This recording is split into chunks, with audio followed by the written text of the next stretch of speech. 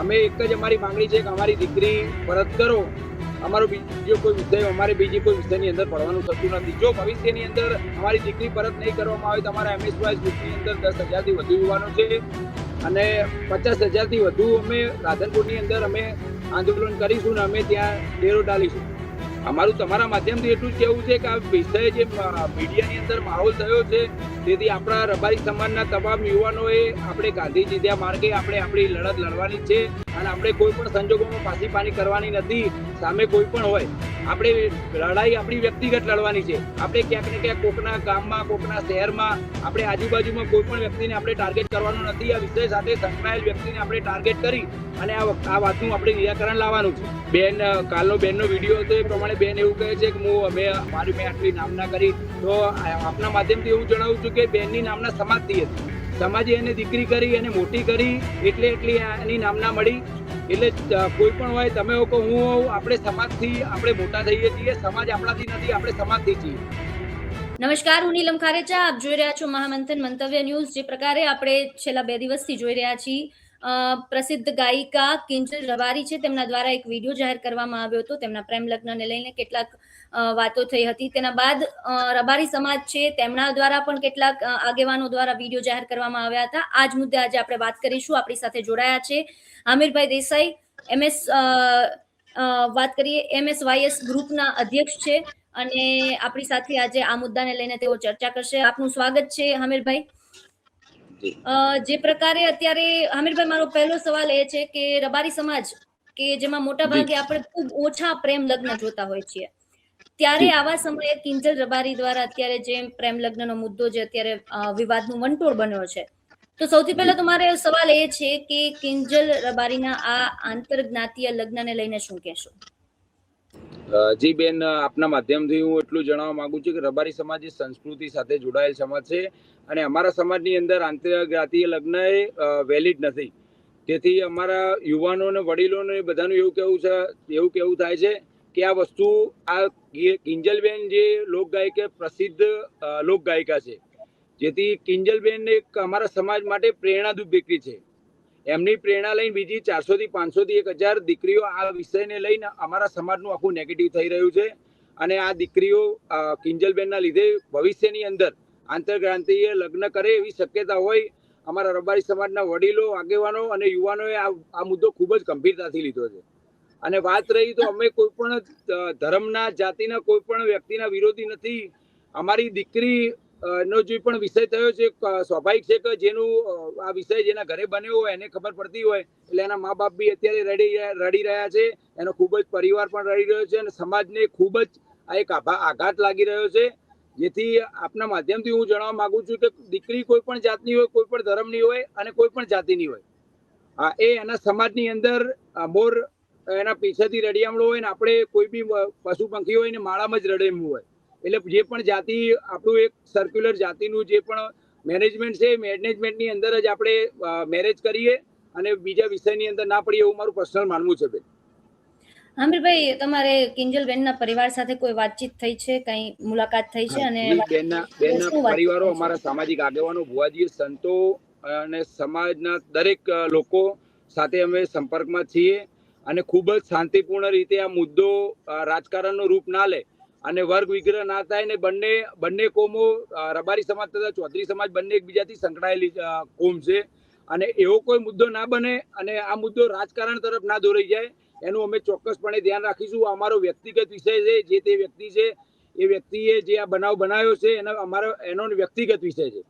કોઈ પણ પ્રકારે આની અંદર રાજકારણ ના ભેળવાઈ જાય એના માટે અમારા સમાજના યુવાનો, તેમના ગામના યુવાનો અને અમારા આગેવાનો બી પ્રયાસ કરી રહ્યા છે. અમે એક જ અમારી માંગણી છે કે અમારી દીકરી પરત કરો. અમારો બીજો કોઈ વિષય અમારે બીજી કોઈ વિષયની અંદર પડવાનું થતું નથી. જો ભવિષ્યની અંદર અમારી દીકરી પરત નહીં કરવામાં આવે તો અમારા MSYS ગ્રુપની અંદર 10,000થી વધુ યુવાનો છે અને 50,000થી વધુ અમે રાધનપુરની અંદર અમે આંદોલન કરીશું ને અમે ત્યાં ડેરો ડાલીશું. હામિરભાઈ, તમારા સમાજના જ હીરાભાઈ બુવાજીનો એક વિડીયો છે તે સોશિયલ મીડિયા પર વાયરલ થયો હતો અને તેમના દ્વારા પણ એવું કહેવામાં આવ્યું હતું કે 24 કલાકમાં જો કિંજલ રબારી પરત નહીં આવે તો રબારી સમાજ છે તે રસ્તા પર ઉતરશે.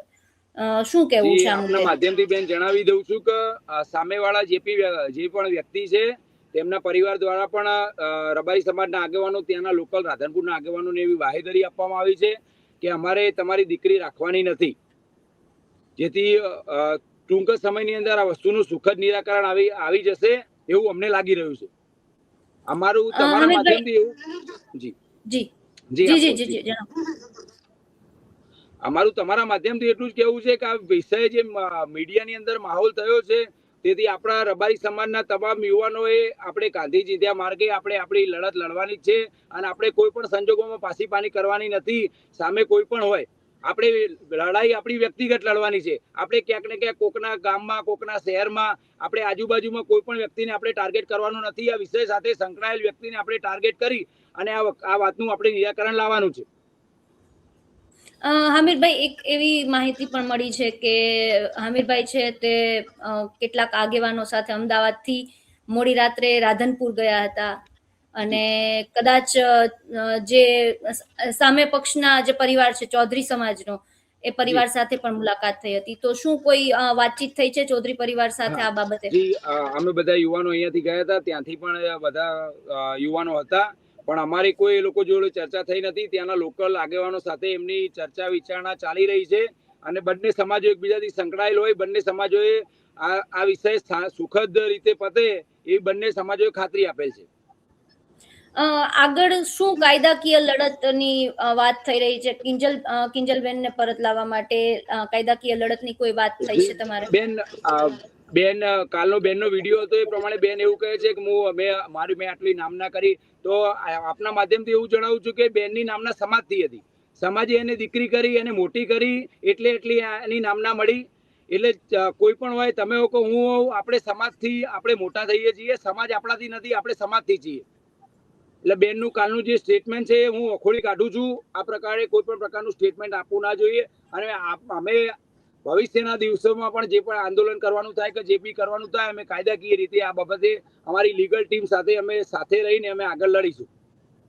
આ મુદ્દે કિંજલબેનના વિડીયોની તમે જ વાત કરી, જે પ્રકારે તેમાં એમને મોડી રાત્રે જે વિડીયો કર્યો હતો એમાં કદાચ એમણે નાયબ મુખ્યમંત્રી ગૃહમંત્રી હર્ષ સંઘવીને અપીલ કરી છે. શું કહેશો? એ અપીલને લઈને આપનું શું માનવું છે? જી, ચોક્કસપણે એમને અપીલ કરી છે અને આ વિષયની અંદર હું આપના માધ્યમથી એવું જણાવું છું કે આ બાબતે ગુજરાત સરકારને બી થોડી ગંભીરતા લઈ આ વિષય વસ્તુનો સુખદ અંત આવે એવો ગુજરાત સરકારને, પ્રશાસનને બી આના પ્રયત્ન કરવા જોઈએ. કેમ કે ભવિષ્યના દિવસે મને એવું લાગી રહ્યું છે આ મુદ્દો ક્યાંક ને ક્યાંક રાજકારણ અંદર ઘૂસી ગયું છે અને ક્યાંક ને ક્યાંક આ મુદ્દો બંને સમાજોને સામે લાવવાનું અત્યારે રણનીતિ ચાલી રહી છે. એમના રાજકીય રોટલા શેકવા માટે લોકોની આ રીતનું એક સ્ટન્ટ બનવા જઈ રહ્યો છે. જેથી પ્રશાસનને હું વિનંતી કરું છું કે આપણે કોઈ પણ અમારા સમાજ હોય કે એમનો સમાજ હોય, આપણે કોઈ પણ રીતે કાયદો હાથમાં લેવાનો નથી અને પ્રશાસન આનું સુખદ નિરાકરણ લાવી આપે. બિલકુલ. હામિરભાઈ, તમારા સમાજનું ઘણા બધા સંગઠનો હોવાના, તો જે સંગઠનો છે તે બધા ભેગા થઈને કોઈ બેઠકનું કે એવું કંઈ આયોજન છે આ મુદ્દાને લઈને?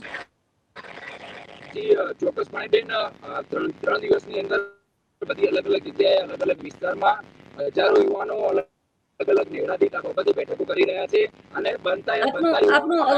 આપનો અવાજ કટ થઈ રહ્યો છે આમિરભાઈ. અવાજ આવી રહ્યો છે?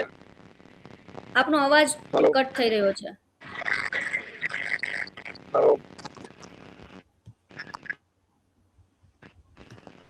ફરી એકવાર જોઈન થઈ શકો તો.